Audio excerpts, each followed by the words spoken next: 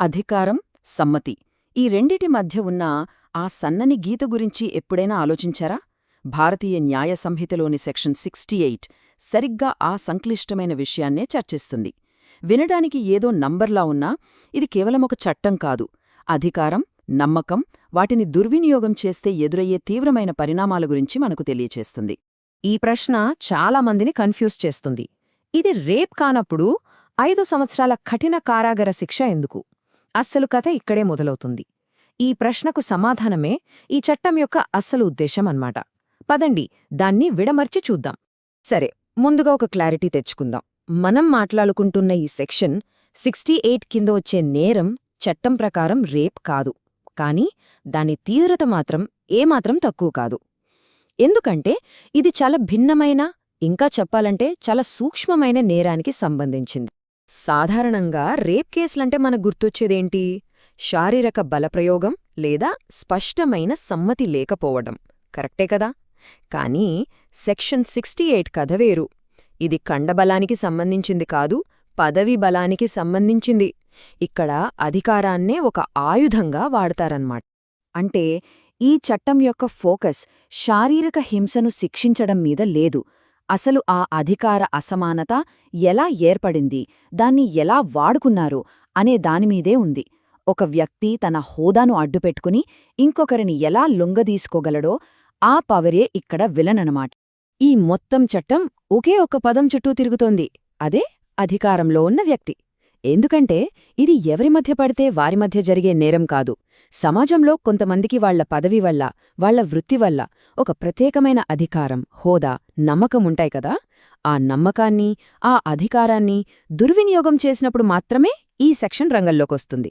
ఉదాహరణకు ఒక పోలీస్ అధికారి, ఒక జైలర్ లేదా ఒక హాస్పిటల్లో పనిచేసే సిబ్బంది. వీళ్లంతా చట్టప్రకారం అధికారంలో ఉన్న వ్యక్తులే. ఎందుకంటే వీరి అదుపులో ఉన్న వ్యక్తికి నిర్ణయాలు తీసుకునే స్వేచ్ఛ చాలా తక్కువగా ఉంటుంది. వారి ఆ బలహీనతే ఇక్కడ కీలకం. ఓకే, ఇక్కడ చూడండి, సెక్షన్ 68 నేరానికి, రేప్కి మధ్య ఉన్న తేడా చాలా స్పష్టంగా కనిపిస్తోంది. అత్యాచారంలో అసలు సమ్మతి అనేదే ఉండదు. కాని సెక్షన్ 68లో ఆ అధికారాన్ని ఉపయోగించి సమ్మతిని సంపాదిస్తారు. మాటల్లో సమ్మతి ఉన్నా అది స్వేచ్ఛగా ఇచ్చింది కాదు. అందుకే చట్టం దృష్టిలో అలాంటి సమ్మతికి అసలు విలువే లేదు. మరి ఇంత పెద్ద నేరానికి శిక్ష ఎలా ఉంటుంది?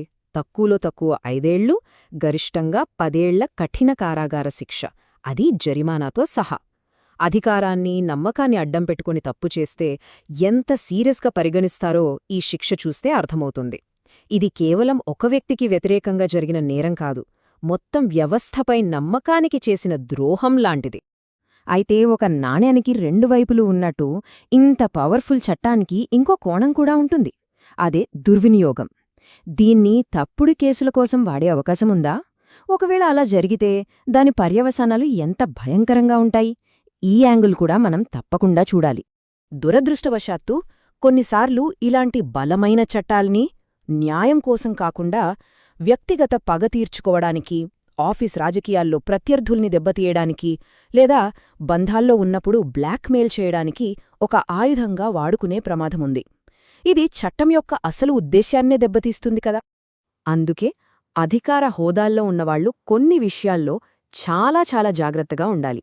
కొన్ని ప్రశ్నలు ఎవరికి వారు వేసుకోవాలి. నా కింద పనిచేసే వ్యక్తి ఉద్యోగం నా చేతిలో ఉందా? వాళ్ల కేస్ నా పరిధిలో ఉందా? నా సంభాషణల్లో ఎక్కడైనా వాళ్లను లొంగదీసుకునే ప్రయత్నం కనిపిస్తోందా? గుర్తుంచుకోవాలి, అవతలివైపు నుంచి సమ్మతి ఉంది అని చెప్పినంత మాత్రాన సరిపోదు. ఆ సమ్మతి ఎలాంటి ఒత్తిడి లేకుండా స్వేచ్ఛగా ఇచ్చారా లేదా అనేదే కోర్టులో నిలబడే పాయింట్.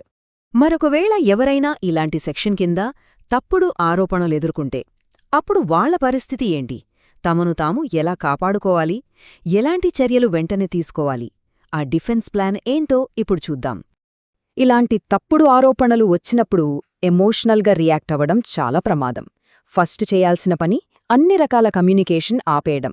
ఫోన్లో కానీ మెసేజ్లో కానీ ఎలాంటి ఒప్పుకోళ్లు వద్దు. వెంటనే స్టేషన్కి వెళ్లే ముందే ఒక మంచి లాయర్ని కలవాలి. మీపై అధికారం లేదని నిరూపించే సాక్ష్యాలు అంటే మీ డ్యూటీ చార్ట్లు, మీ రోల్స్ ఏంటి అనే డాక్యుమెంట్స్, అలాగే మీ దగ్గరున్న డిజిటల్ సాక్ష్యాలు, చాట్స్, సీసీటీవీ ఫుటేజ్ ఇవన్నీ సేకరించడం మీ కేస్కి పునాదిలాంటిది. సరే, ఇది తప్పుడు ఆరోపణల కథ. ఇప్పుడు ఒకవేళ ఆరోపణలు నిజమే అయితే వ్యవస్థ ఎలా స్పందిస్తుంది? ఆ legal process step by step ఎలా ముందుకు వెళ్తుందో చూద్దాం. ప్రాసెస్ ఎఫ్ఐఆర్తో స్టార్ట్ అవుతుంది. ఆ తర్వాత పోలీసులు ఇన్వెస్టిగేషన్ మొదలు పెడతారు. వాళ్ల దర్యాప్తులో ఫోకస్ అంతా ఒకే పాయింట్ మీదుంటుంది. నిందితుడికి, బాధితురాలికి మధ్య అధికార సంబంధం ఉందా? ఆ అధికారాన్ని దుర్వినియోగం చేశారా? వాంగ్మూలాలు, ఫోన్ డేటా, ఆఫీస్ రికార్డ్స్ ఇవన్నీ సేకరిస్తారు. ఈ ఆధారాలతో ఛార్జ్ షీట్ ఫైల్ చేశాక కేసు కోర్టుకు వెళ్తుంది. అక్కడ విచారణ జరిగి ఫైనల్ జడ్జ్మెంట్ వస్తుంది.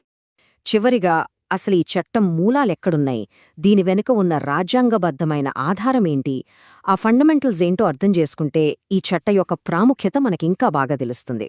చాలా మందికి వచ్చే కామన్ డౌట్ ఇది. పాత ఐపీసీ నుంచి కొత్త బిఎన్ఎస్ వచ్చాక ఈ చట్టమేమైనా మారిందా అని? సమాధానం చాలా సింపుల్. నంబర్ మాత్రమే మారింది. పాత ఐపీసీలో సెక్షన్ 376సి ఇప్పుడు కొత్త బిఎన్ఎస్లో సెక్షన్ 68 అయింది. అంతే. నేరం యొక్క స్వభావం, దానికి పడే శిక్ష రెండూ సేమ్ టు సేమ్. ఎలాంటి మార్పు లేదు. ఈ చట్టానికి ఇంత బలం ఎక్కడ్నుంచి వస్తుంది అనుకుంటున్నారా? మన భారత రాజ్యాంగం నుంచే. మన ప్రాథమిక హక్కులే దీనికి పునాది. అవేంటో చూద్దాం. చూడండి, మన రాజ్యాంగమే ఈ చట్టం వెనుక ఉంది. ఆర్టికల్ 21 ప్రతి వ్యక్తికి గౌరవంగా జీవించే హక్కుని ఇస్తుంది.